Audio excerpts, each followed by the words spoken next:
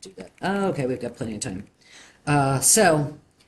Our next section is cultural relativism. First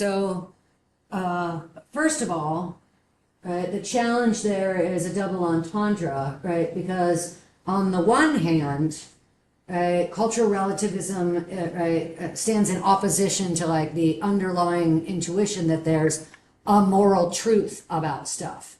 Right?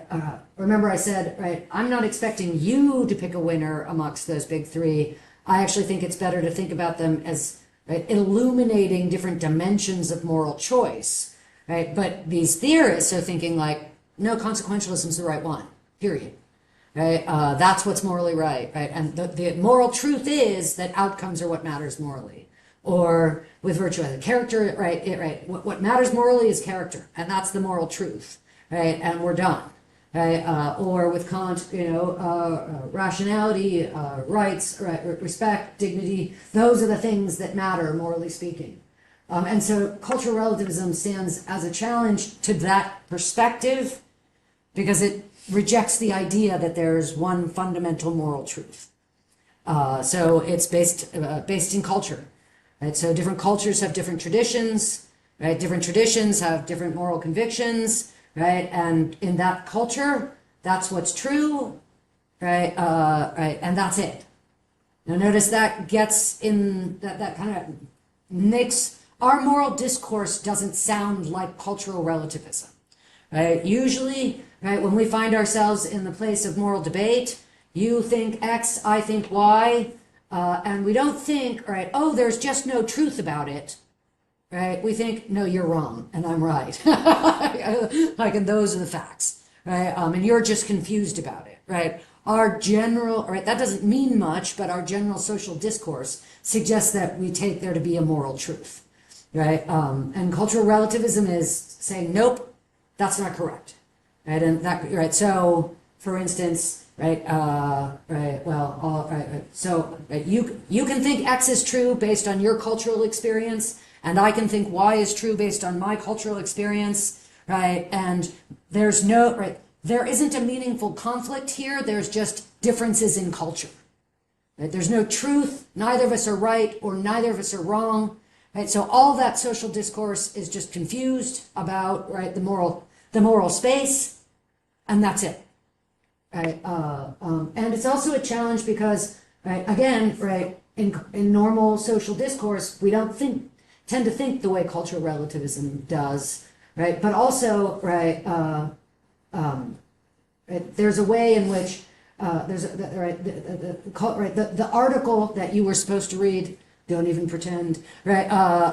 The article that you were supposed to read is the first one where the author isn't saying like I'm a cultural relativist, right? He's right. Most philosophers.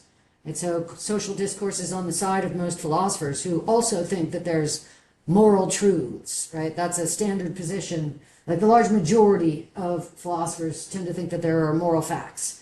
However you want to characterize them, that's a much more complicated story. But there are moral truths to be discovered, if not having already been discovered. Right? But so James Rachels, who writes the article, right, thinks, I don't buy cultural relativism, but there's something to be learned from it. Right, so it's an article that presents differently than the readings that you haven't done for the other sections of the text of the class. Okay, so central questions. Cultural disagreement doesn't prove there's no truth. Why we shouldn't buy into cultural relativism. Right, how to think about the relationship between cultural differences and tolerance, and a framework for evaluating practices across cultures. And so that last one is in particular the lesson that James Rachels thinks that we can learn from thinking about cultural relativism. So he starts out with this anecdote from Herodotus, who I could be wrong. It's either Thucydides or Herodotus, but I'm pretty sure it's Herodotus. He was the first historian of the Greek tradition, so the Western tradition.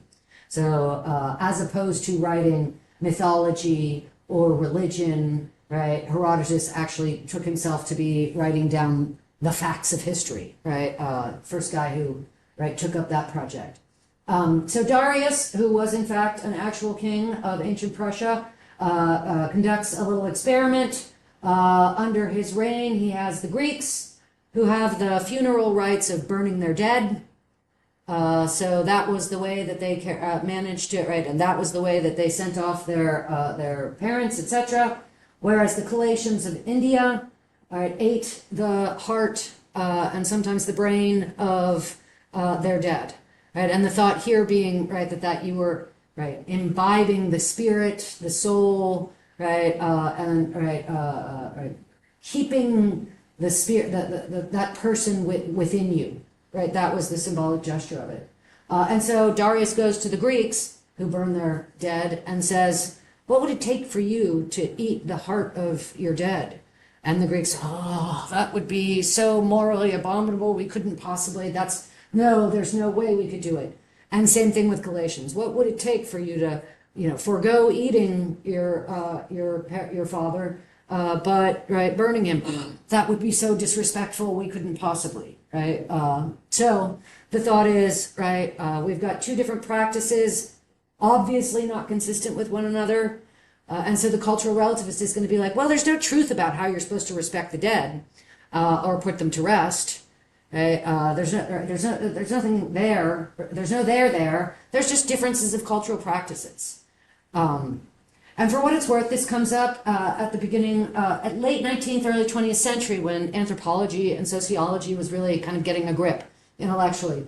And what we were seeing, especially during this period, there were still a lot of indigenous tribes in Africa and in Brazil and probably other parts of the world that I can't think of right now, but that hadn't had a lot of contact with the major civilizations, Eastern or Western. Right? And so anthropologists were super excited and sociologists were super excited to go in and observe, right? But what they ended up finding in a lot of cases are practices that were deeply troubling from a moral point of view, right? So, for instance, cannibalism, right, or right, female excision. Do you know what that is? Female excision. They like sewing. Well, they don't really sew. Right, it's similar. They cut out something, right? So they cut out the portion of the female's body that allows them to experience orgasm.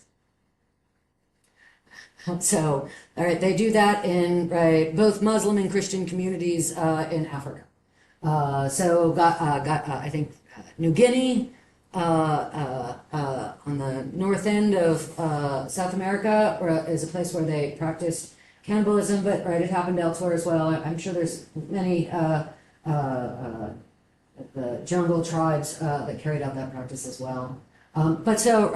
Here were scientists who were trying to manage the distance scientific perspective of observation, without judgment, seeing what the facts are. This is how they do it here, This is, I'm trying to understand this culture. I'm trying to understand the sociological significance of what they're doing, why they do it this way, et cetera, et cetera. But of course, in the face of these kind of troubling, I'm sure there were others, these are just examples, troubling practices, they struggled. And so what you found was people like Margaret Moore, who was an important early 20th century anthropologist, articulating the view of cultural relativism as a strategy for managing the project of anthropology and sociology in these kinds of situations where, if you take up the view of cultural relativism, it's not that my view is correct or that their view is correct, it's just that we do it differently. And there's no fact of the matter, It's just that there's differences of opinion, differences of practice, differences of convention.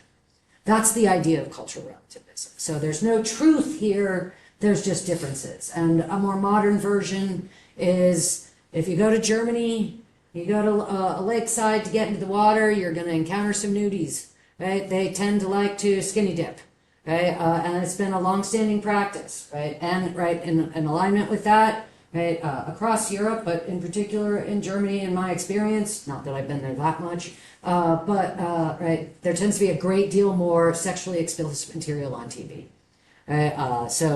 Sexual acts, but also a great deal more nudity. Things have changed in the YouTube era, but still in all, At the same time, right here in the United States, right, skinny dipping in a like public park is just verboten. It's funny that I thought verboten, right? It's just right against the rules. It's totally inappropriate. It's right. It's seen as right inappropriate from a sexual point of view, as if getting it right, being nude by the water is somehow a sexual activity, and that's what makes it inappropriate. So right, we don't agree with them on that. But also on TV, right? We don't tend to. We have a lot less sexually explicit material, right? And whereas the Germans think, right, actually, right, sexuality is a natural part of human experience, and right, bodies are different, and so, right, it's a good thing for children to be comfortable with their bodies and comfortable with the idea of sexuality, and so we're okay with right, exposing them to nudity. Right? We think, right, like that's over sexualizing children, and it's a danger, right, that they might be like overly interested or overly provoked by nudity or sexual explicitness on TV.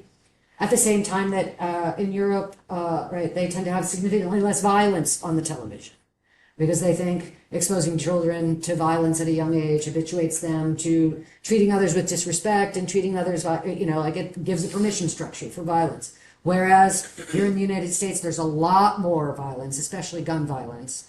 And the thought is, right, we've done the research, and right, violent video games and violent TV shows don't correlate with greater violence, right, in particular individuals. So we're fine with that.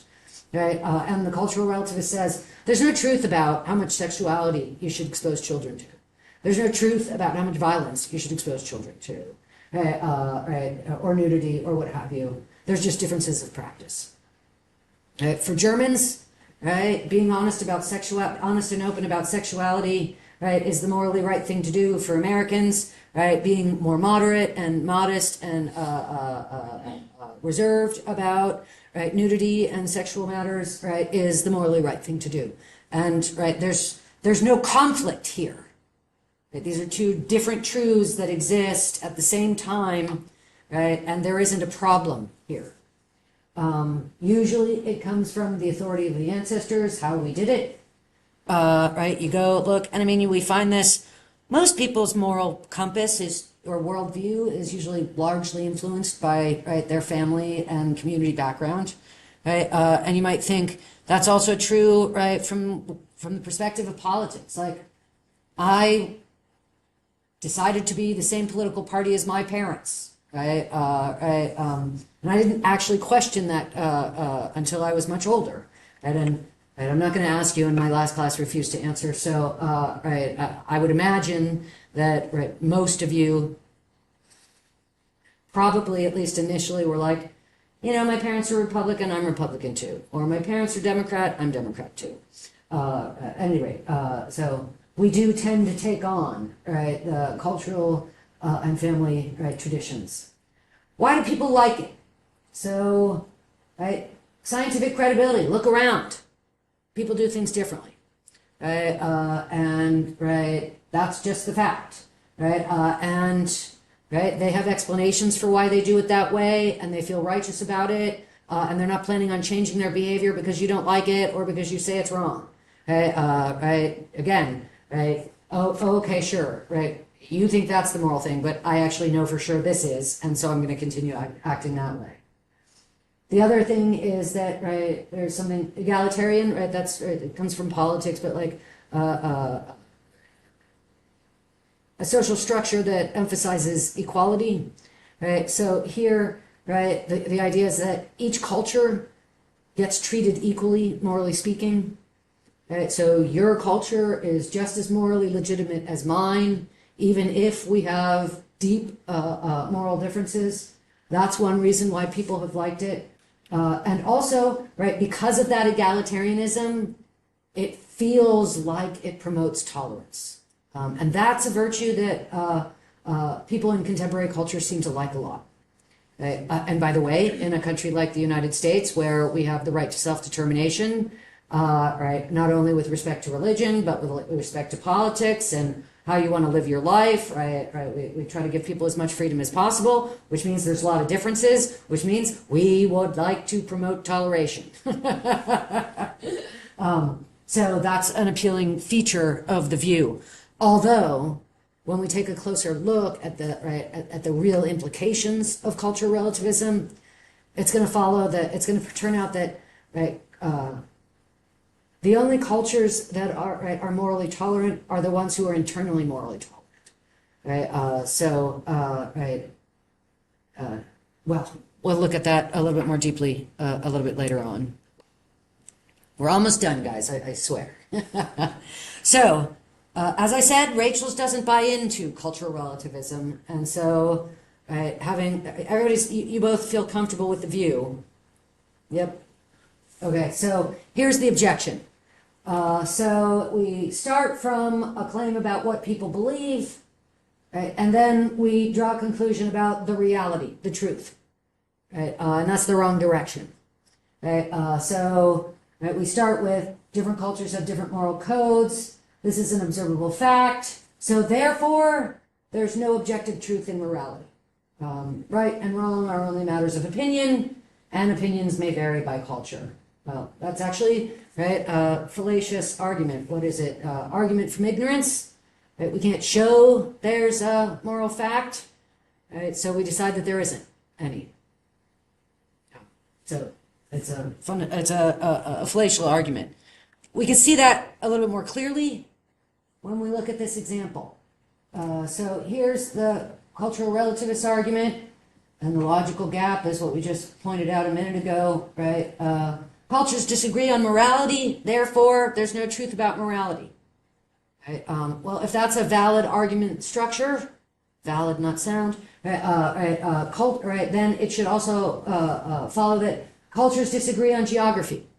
Right? Through the medieval period, right, up until the early Renaissance, people believed that the earth was flat. And after a couple of upstart astronomers like Galileo and I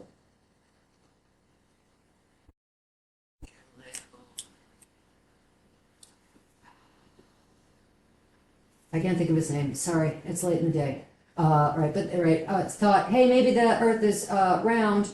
The Catholic Church, prohibited that view, prohibited asserting that view. And actually put those astronomers under house arrest for when they asserted it. There was disagreement about it, right? And so does it follow that there isn't a fact of the matter about whether the Earth is flat or if it's round?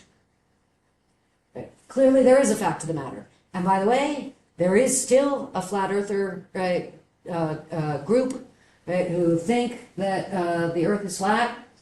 If you check it out, they're not just kidding, right? Like they really do think that the Earth is flat, and it reminds me of the people who think that we didn't land on the moon. But look at that shadow. If the light were right, that's not a photo. They were in a studio in California. They didn't land on the moon, right, etc. Right, but whatever. But clearly there is a fact of the matter about whether the Earth is round or flat, and I'm not asking you to make a call.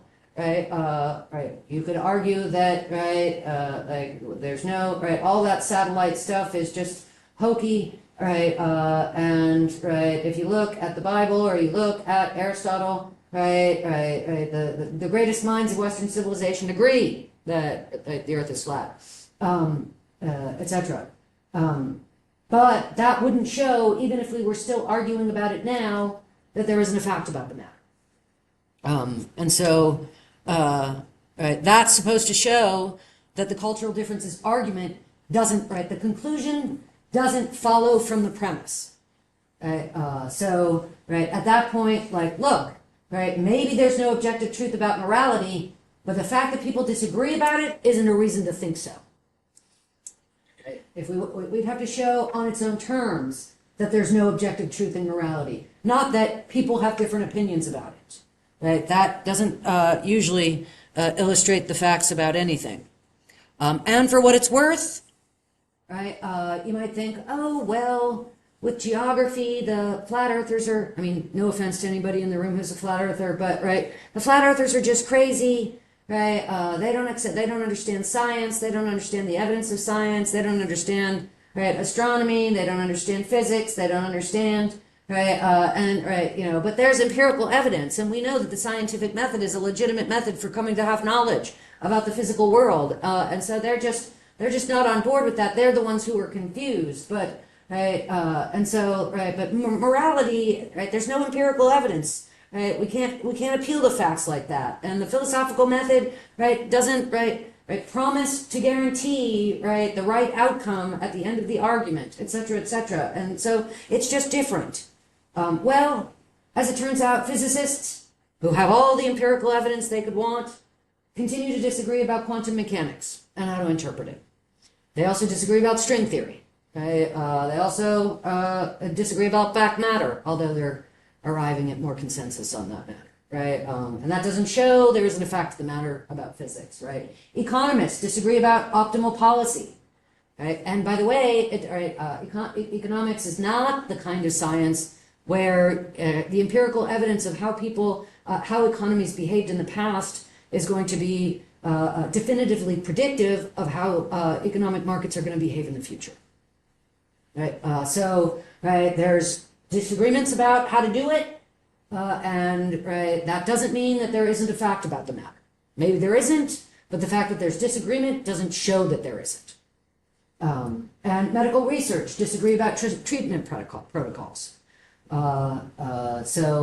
Especially in newfangled procedures and processes in medical treatment, right, how to do it is still up for debate. And here, that doesn't mean there isn't a fact of the matter, right? As we see in medical history, we figured out how to do things, right? And at a certain point, consensus arrived. There was disagreement before it. That was about learning new knowledge, having new information, right? If we had just said, okay, we just disagree, right? Medicine is over now. We're just going to stop trying to figure out new truths. Or we just disagree, so there's no more facts about economics, so we're just going to stop that science too, right? It seems to be the suggestion of the cultural relativism argument. And by the way, moral reasoning isn't that different, right? As we'll see later in the discussion, right, there are some things about which most cultures do agree, even if on the surface practices are a little bit different. That's one thing to say, and we'll get there. But also there's, right, kind of broad agreement that suffering as such matters, morally speaking. Most people and most cultures acknowledge that. Whether or not, right, how important it is and how to respond to suffering, those are different questions. But that it's morally significant, right, seems to be, right, universally accepted. Right? We can look at the logical consistency of arguments. We can say, right, whether arguments are good or bad, whether they're valid. Right? Remember, we learned about that at the beginning of the semester. I encourage you to go review it. Right? Even if we disagree about the soundness of the arguments. Right? Validity is about the structure of an argument. Soundness is about the truth of an argument. So we do have, right, things that we can say about the arguments the philosophers use. We can make assessments about, right, well, we all agree that human welfare is morally important, right? What we're supposed to do about it, right? All right, how to prioritize the welfare, right? The welfare needs of different individuals. We haven't figured that out entirely, but human welfare matters, morally speaking. Right? We are in a position to say, right, these kinds of social practices promote human welfare, and these kinds of social practices don't. And there's empirical evidence there.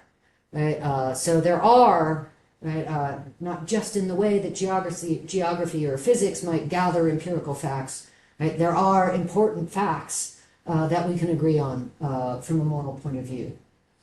So, at any rate, right, the worry that morality just isn't like geography or physics, right, is, right, undercut by the fact that, right, all of these hard sciences have disagreements, right, at the most critical point of inquiry, just like morality does. That doesn't make them different, right? And by the way, morality has something in the way to offer about, right, in terms of, right, the facts about morality, right, that we've learned across history, either from philosophy or just being human beings who are alive.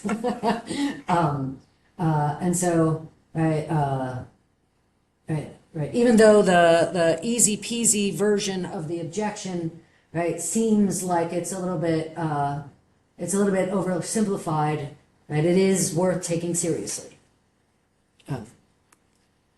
And with that, I'm going to end for today, and we will start up on take the consequences of taking cultural relativism seriously. So here's so we've got to the place where we shouldn't buy into cultural relativism because we don't have a good reason to accept the conclusion.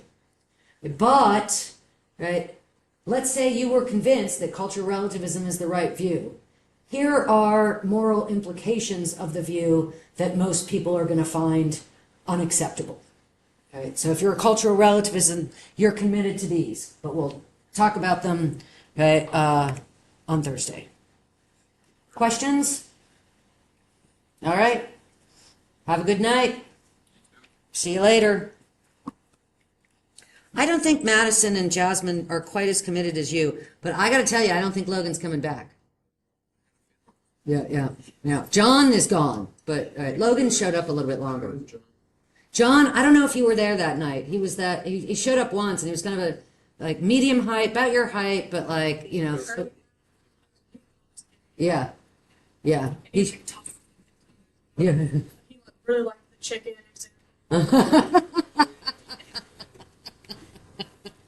I don't think we're going to see John again either. But at any rate, you guys have a good night. Thanks for showing up. You too. Okay.